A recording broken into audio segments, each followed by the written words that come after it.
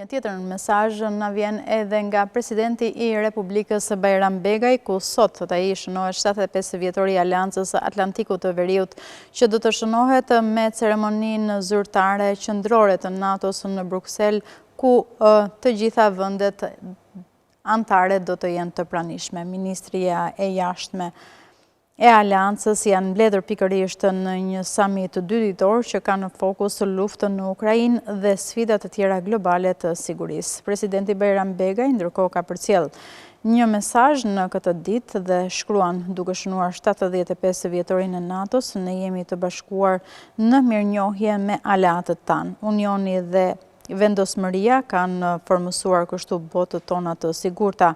Pa NATO-n, siguria globale është e paimagjinueshme, thot kreu i shtetit shqiptar. Shqipëria shënoi 15 vjetorin e anëtarësimit në NATO, pikërisht në fillim të këtij muaji.